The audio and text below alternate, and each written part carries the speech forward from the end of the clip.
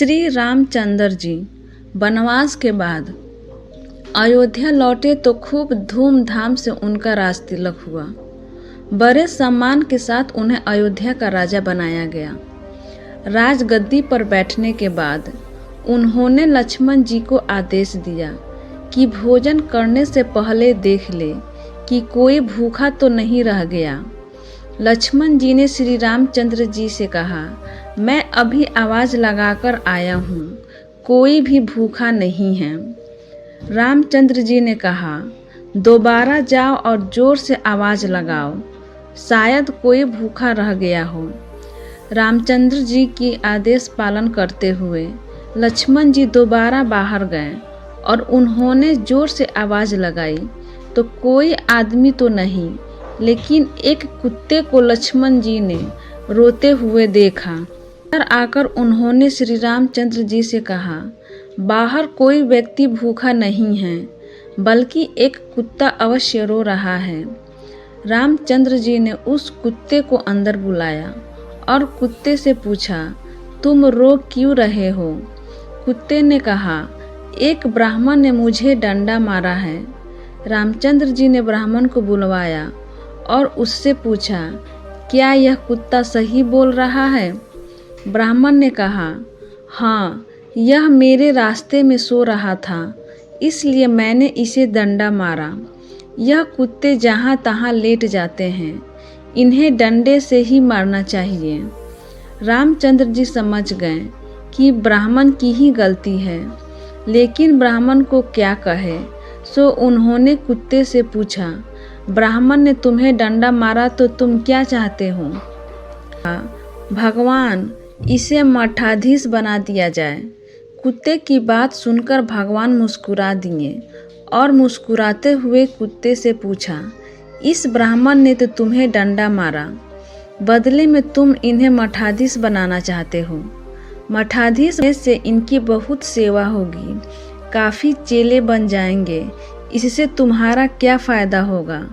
कुत्ता बोला, मैं भी मठाधीश था, मुझसे कुछ गलत काम हुआ, आज मैं कुत्ते की योनि में हूँ और लोगों के डंडे खा रहा हूँ। ये भी मठाधीश बनेगा, फिर कुत्ते की योनि में जाएगा, फिर लोगों के डंडे खाएगा, तो इसकी सज़ा पूरी हो जाएगी। रामायण में एक घटना का वर्णन किया गया है कि श्री राम को न चाहते हुए भी जान से प्यारे अपने छोटे लक्ष्मण भाई को मृत्यु दंड देना पड़ा। आइए जानते हैं आखिर क्यों भगवान राम को लक्ष्मण को मृत्यु दंड देना पड़ा। ये घटना उस वक्त की है जब श्री राम लंका विजय करके अयोध्या लौट आते हैं और अयोध्या के राजा बन जाते हैं। एक दिन यम देवता कोई महत्वपूर्ण चर्चा करने श्री राम के पास आते हैं। चर्चा प्रारंभ करने से पहले वो भगवान राम से कहते हैं कि आप जो भी प्रतिज्ञा करते हो उसे पूरा करते हो। मैं भी आपसे एक वचन मांगता हूँ कि जब तक मेरे और आपके बीच वार्तालाप चले तो आप हमारे बीच कोई नहीं आएगा, और जो आएगा उसको आपको मृत्युदंड देना पड़ेगा। भगवान राम यमराज को वचन दे देते हैं। लक्ष्मण को यह कहते हुए द्वारपाल नियुक्त कर देते हैं कि जब तक उनकी और यम की बात हो रही है वो किसी को भी अंदर न आने दे, अन्यथा उसे उन्हें मृत्युदंड देना पड़ेगा। लक्ष्मण भाई की आज्ञा मानकर द्वारपाल बनकर खड़े हो जाते हैं। लक्ष्मण को द्वारपाल बने कुछ ही समय बीतता है, वहाँ पर ऋषि दुर्वासा का आगमन होता है। जब दुर्वासा ने लक्ष्मण से अपने आगमन के बारे में राम को जानकारी देने के लिए कहा तो लक्ष्मण ने विनम्रता के साथ मना कर दिया। इस पर दुर्वासा क्रोधित हो गए तथा उन्होंने संपूर्ण अयोध्या को श्राप देने की बात कही। लक्ष्मण समझ गए कि ये एक विकट स्थिति है जिसमें या तो उन्हें राम आज्ञा का उल्लंघन करना होगा या फिर संपूर्ण नगर को ऋषि के श्राप की अग्नि में झोंकना होगा। लक्ष्मण ने शीघ्र ही यह निश्चय कर लिया कि स्वयं का बलिदान देना होगा ताकि वो नगर वासियों को ऋषि के श्राप से बचा सके। उन्होंने भीतर जाकर ऋषि दुर्वासा के आगमन की सूचना दी।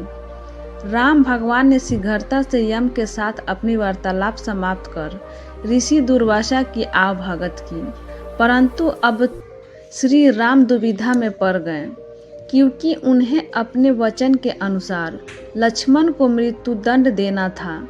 वो समझ नहीं पा रहे थे कि अपने भाई को मृत्युदंड कैसे दें, लेकिन उन्होंने यम को वचन दिया था जिसे निभाना ही था। इस दुविधा की स्थिति में श्री राम ने अपने गुरु का स्मरण किया और कोई रास्ता दिखाने को कहा।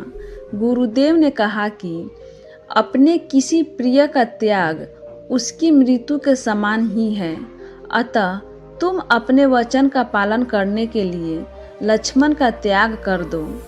लेकिन जैसे ही लक्ष्मण ने यह सुना तो उन्होंने राम से कहा कि आप भूल कर भी मेरा त्याग नहीं करना। आपसे दूर रहने से तो अच्छा है कि मैं आपके वचन की पालना करते हुए मृत्यु को गले लगा लूं। ऐसा कहकर लक्ष्मण ने जल समाधि ले ली।